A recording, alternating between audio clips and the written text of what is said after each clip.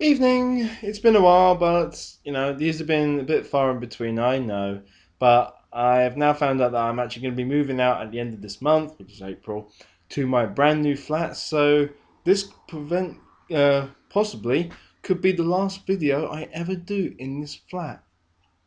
Well, I've still got 2 weeks, so hey ho. Okay, two reviews today. Again, back to the old Kindle. And for a while, I haven't used it, and I've been really busy with everything else. But I've been trying to find something to do whilst on my lunch breaks at work, because where I work, there's actually naff all around for me to actually do it or walk or go anywhere. So I've been perusing through Amazon, and I've been finding all the sort of free books and etc.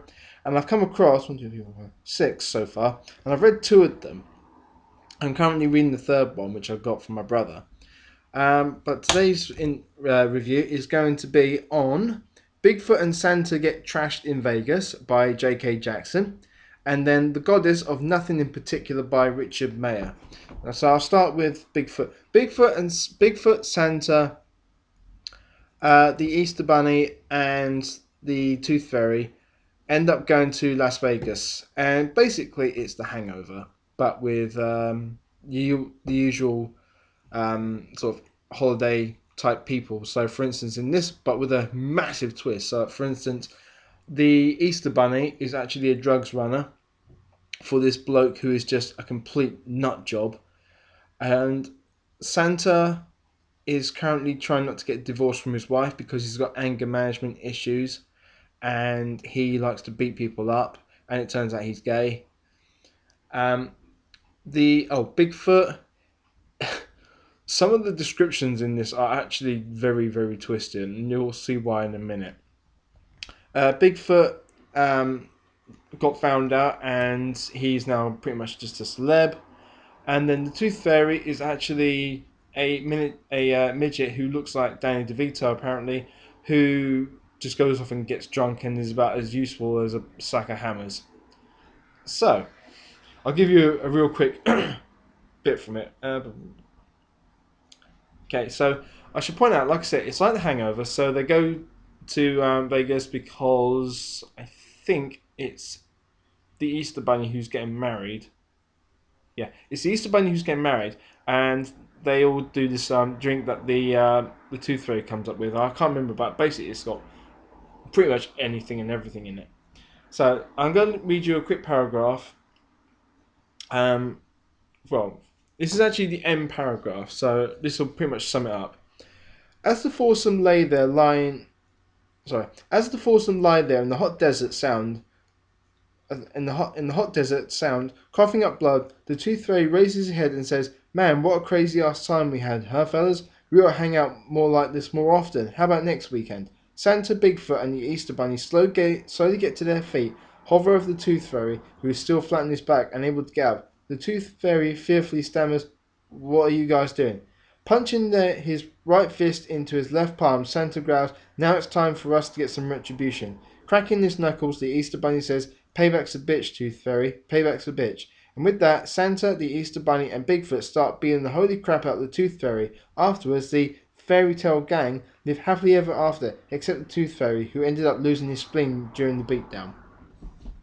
It's a seriously messed up book, if I'm being totally honest. And to be fair, I can quite clearly see why what you call it, the person who wrote it kind of came up with the idea, because it's got basically no kind of structure to it and that sort of stuff. It's just poorly written. It's a couple of hundred pages of like my life that I'm not getting back. I mean, yeah, there are some funny parts into it, but if you like The Hangover, then basically you'll like this book, and it was free on Amazon. So if you got a Kindle, go and find it. Okay, the next one is called The Goddess of Nothing in Particular. Now, this is by Richard Meyer, and I really wanted this book to be really good, but it wasn't, and I really can't utter this enough. Don't download this book. It's shockingly bad. Okay, the basic premise of the story is a guy called. Sorry, I'm going to try and find him.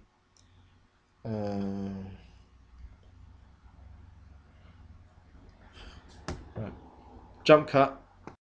Right. The guy's name is Tyler, who effectively is a complete arsehole, who doesn't want anything really to do with life. He's just a bit of a layabout, and he's with a girl called Sophie or Katrina. One of the two. I've narrowed it down from what I could understand, and they break up, and he fakes her own funeral, at which he dies after getting punched by a local celebrity in the chest, and he pulls his heart out. He ends up in hell, where he's getting basically introduced by this female demon who has got apparently all the good-looking demons all look like your average woman, but obviously with basically double E size boobs and the figure that every man dreams of. And she basically all the women in hell just want to have sex with you.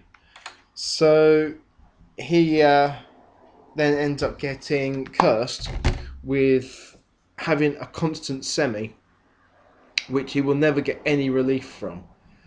So that was that. And then he meets up with Abraham Lincoln, who is apparently his spirit guide, and he then gets told that he can now fight because he's half demon, which is rare.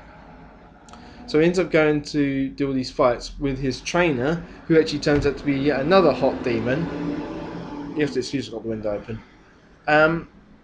And then basically, the guy who wrote this is a fan of Dragon Ball Z, Bleach, and something else which I haven't been able to identify. And he's gone, oh, hang on, if I do Dragon Ball mixed with Bleach, then it'll be really, really good. So,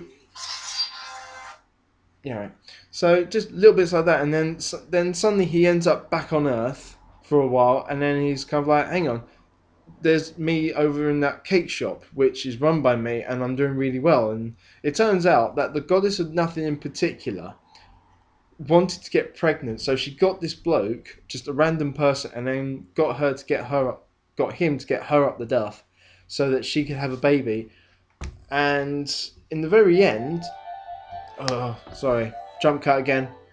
Right, sorry about that. Now, where was I? Right. The goddess of nothing in particular comes along, basically gets pregnant, has a baby, who then turns out to be about 5 or 6 years old, and it turns out that she put a doppelganger on Earth to make sure that no one found him, and in the very end, nothing gets... Oh, I should point out that the devil got fed up of being shouted at by Nietzsche, or what I like to call him, and said, if you can do a better job, you can do it. So basically the devil walked off in a huff, and he hasn't been seen since. And at the very end paragraph, which I'm going to unfortunately bore you to death with, is he says, sorry, hang on. Well, let's put it this way. That's what the book cover looks like.